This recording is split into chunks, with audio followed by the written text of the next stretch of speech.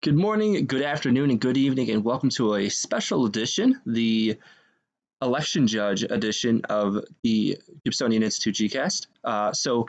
We collected a couple of questions from Google Classroom on the YouTube comments, but also for email, and I'm just going to go one by one through them and address them the best I can.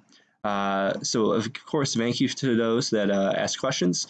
Make sure to make it worth your while with the answers, but also when we do get back into the classroom, we'll find something to help reward those that went the extra mile. So let's get started with some of these questions. Our first question, there was a common one here that we saw from Sam, Marty, and Lily, basically asking, what do election judges do? I'll first address that question, and then I'll go to the second part of Lily's question about did you have to convince people to switch sides.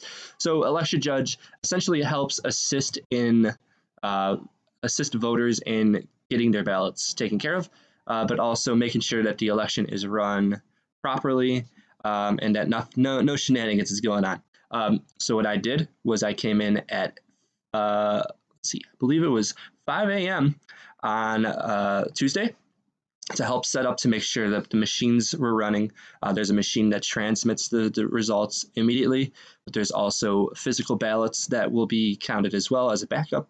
But then there's also a logbook to keep track of who voted to make sure that they only voted once. You only get one chance at this.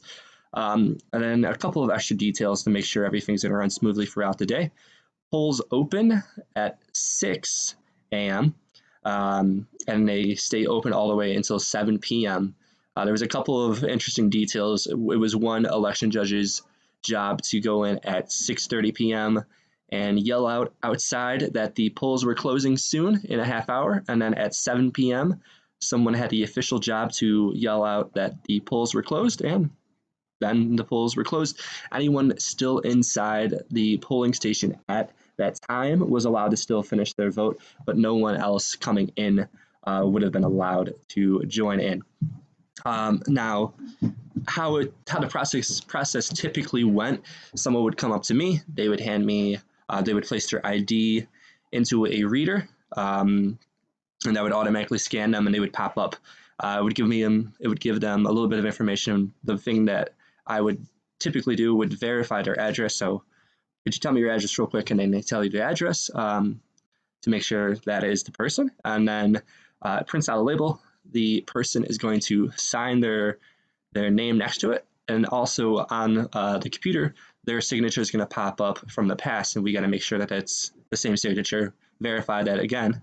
Not only is that the right address, but this is the right person for this signature, and then they will be allowed to choose since it was a primary, they have to declare a party. They have to, because the ballots are different. There's different candidates on each ballot. So if there's a Republican ballot.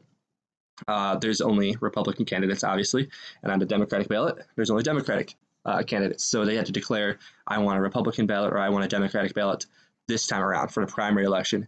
Now, come November, it's going to be mixed. There's going to be Republicans, Democrats, and then also independents. You do not need to declare a party. You just get to vote. It's the same ballot for everyone, which was a common question that people were surprised by. That they had to declare a party. So they would declare a party, and then they would have the option of a touchscreen ballot or a paper ballot. And the paper ballot, the eighth graders will understand, it's similar. It's like connecting the arrows. It's been updated at times to fill in the bubble sheet. It's similar to kind of like a Scantron test. You just fill in who you want, and then you bring it back over to one of the election judges who helps make sure that it gets scanned into the voting box correctly, and then you get your sticker and you go on your way. So that's essentially what the voting looks like. Now, any other extra circumstances, I was kind of there to make sure that the technology kept running. So one of the touch screens went out at one point, so I had to restart that whole process and get that back on board. And then, of course, at the end of the day, there's a little bit of cleanup to make sure all the ballots are being collected and not tampered with. That's a very vital thing. We have to make sure that the number of ballots that were cast matches the number of people that signed our book, because if it doesn't match, that means either someone didn't vote or they, a really bad thing would be if there was more ballots than people, because that would mean that people weren't signing, or we had multiple people voting without verifying, which would not be good. But luckily, of course, my precinct, we were good to go. And then the last thing to do is I physically transported the ballots with, of course, a security seal so no one could tamper with it, over to a receiving location. Yeah, it was. I think it was a very interesting and pretty cool scenario. It's a long day. You're there from 5 a.m. to 8 p.m., 8:30 p.m. So about 15 and a half hours, 16 hours. It's a long day, and you're meeting a lot of interesting, different kinds of people. So it's a nice experience. And then the only other thing that might have been a little outside of what I was expecting was just kind of some of the smaller details that were involved. But it was a good experience. So good questions there.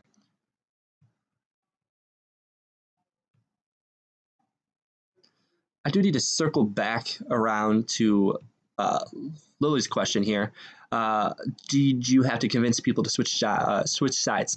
I did not. That is not my role. I simply just give them the ballot. What you're thinking of there is the caucus format of the primaries. So that is the one where, like Iowa or Nevada, where the candidates, or excuse me, the people that would be voting meet as a group.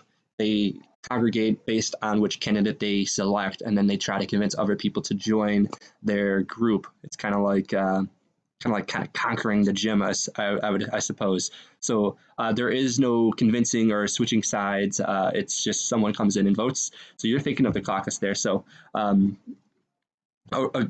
good thing that we just talked about. So good question nonetheless. All right, our next popular question comes from Connor and Maggie, asking how much do election judges get paid? Now that's going to vary based on the position that the judge was doing.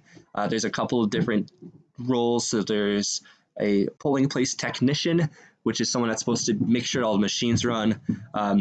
Technically, that was not my job, but it's kind of how you fill in as needed. So if a machine was breaking down or not working, I stepped up and kind of helped out with that. There's also an administrative election judge that will have a little bit more added responsibility in making sure, kind of leading the rest of the election judges. And then there's just your typical election judge, which was what I was, that just kind of assists the people in getting their ballots cast correctly and checking them in.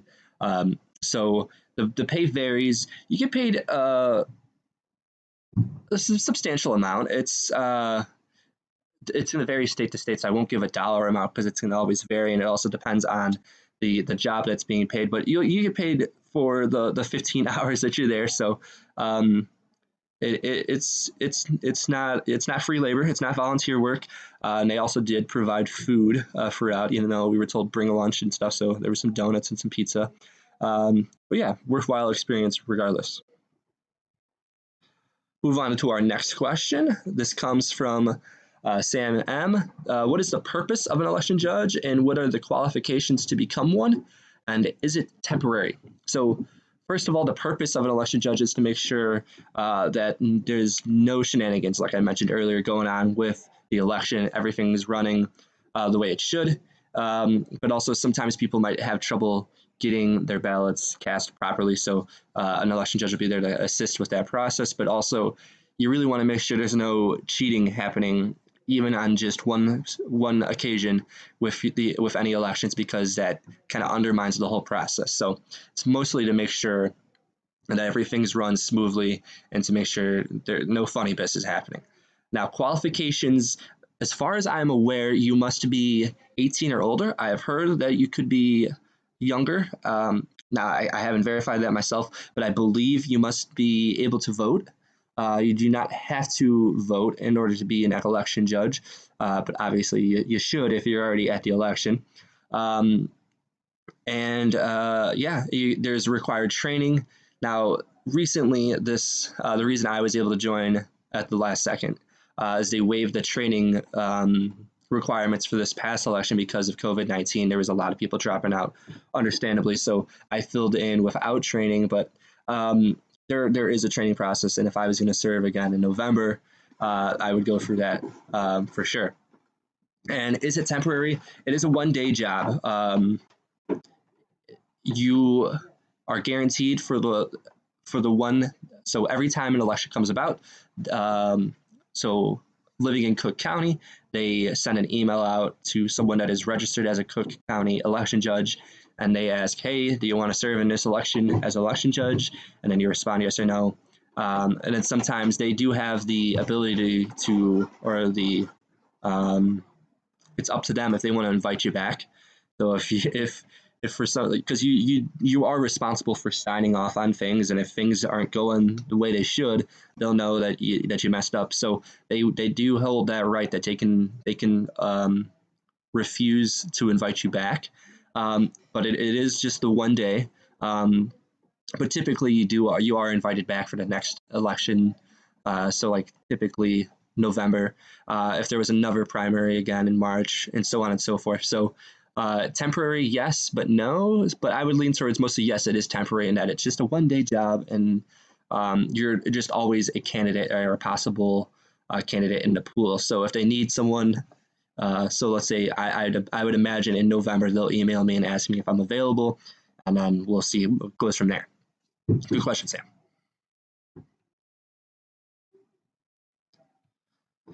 And our final question comes from Matt. Do election judges work in groups with other judges? Yes. Now, I feel the need to point this out. They use the word judge. Now, of course, I'm not going in there with like the black cloak and the white powdered wig and like a gavel. As cool as that would be, and Mr. Gibson already has his own gavel. We're already halfway there. It's just the formal name for it. But yes, we do work in groups. So, and this is a really good question. So at my polling place, there was 4 precincts. Precincts basically are splitting up districts based on geographical location. So you and your neighbors will be in one precinct, and then people that live a little bit farther away from you will be in a different precinct. And basically they split up each elective district based on like how many people live in that area. So there was 4, like I said, at my polling place, and I worked with a group of 4 total election judges, including myself, and that was on the lighter side. Most places had about 5 to 6, maybe sometimes even 7 people working as a group. And there's different roles. So there's one person handing out the stickers and making sure that the ballot box is being used properly. There's a person making sure that the touchscreen's working and going about the right way. There's 2 people checking people in on computers and making sure that they're signing and that everything's verified. And then a couple people help passing out ballots and just kind of generally guiding people to which precinct they should be at. So yes, definitely working in groups. It, in theory, could be possible to run it on your own, but it would be very chaotic. It would be very tough. At one point, it was just me and one other fellow judge, and we were able to get it done. But it could get overwhelming if a lot of people were coming in at once. So keep in mind, not everyone's voting all at one time. They've got this whole 15 hours, 14 hours to come in and vote at whenever is convenient for them. But typical like lunchtime around noon would be a popular time, but also like right after work or right before work would be a popular time. So you typically have like traffic or like a rush that would happen. So it is definitely vital to have a group to work with. So really good question, Matt. All right, so that's all the questions we had for the special episode here on the election judge. Speaking just freely, it was a really cool experience. Another thing that comes to mind that was really interesting. There's a heated contest for one of the congressional offices, and I thought that was interesting because they were allowed to have verified workers from their representative team. So the candidate was allowed to have one person come in and ask just how many people have voted, just to kind of like they're trying to figure out how might the race be going, and are a lot of people coming out and voting. So that was something interesting that I didn't know going into this. So and both sides of that race were curious about, hey, how many people have come in and voted, and they had credentials, and I had to verify the credentials. So that was unique and definitely an interesting thing to see. And scheduling permitting, I would definitely do it again. It's a long day and a little bit tiring. Getting home around 9 or 9:30, and then I recorded a couple of episodes for the GCast. So it was a bit of a day, but I did feel a bit of civic pride in kind of helping out, and yeah, it was a good experience. Now, to segue into our next special episode on Monday, I've announced this on Google Classroom, and I'm going to announce it here just in case you missed out on it. We will be having a good friend of mine is studying to become a historian at Princeton University, a very, very prestigious school, an Ivy League school, and he's a doctoral candidate. So we'll have them on to speak about the work of a historian, but also some content that's specific to what we're looking at in the 7th grade. So they will be a great resource, and it'll be great to have them on. So that should be something to look forward to. Make sure you go on to Google Classroom, check out the readings that I posted. They passed along a reading that they felt would be good to prepare you for the episode as well. And by all means, I put out that give incentive for the questions. If they select a question and that's the one that's going to be getting answered, then you got yourself a pretty good deal there. So flood us with those questions, and we'll go through them, and we'll select some. So looking forward to that. So as always, thank you for watching, and look forward to seeing you again next time.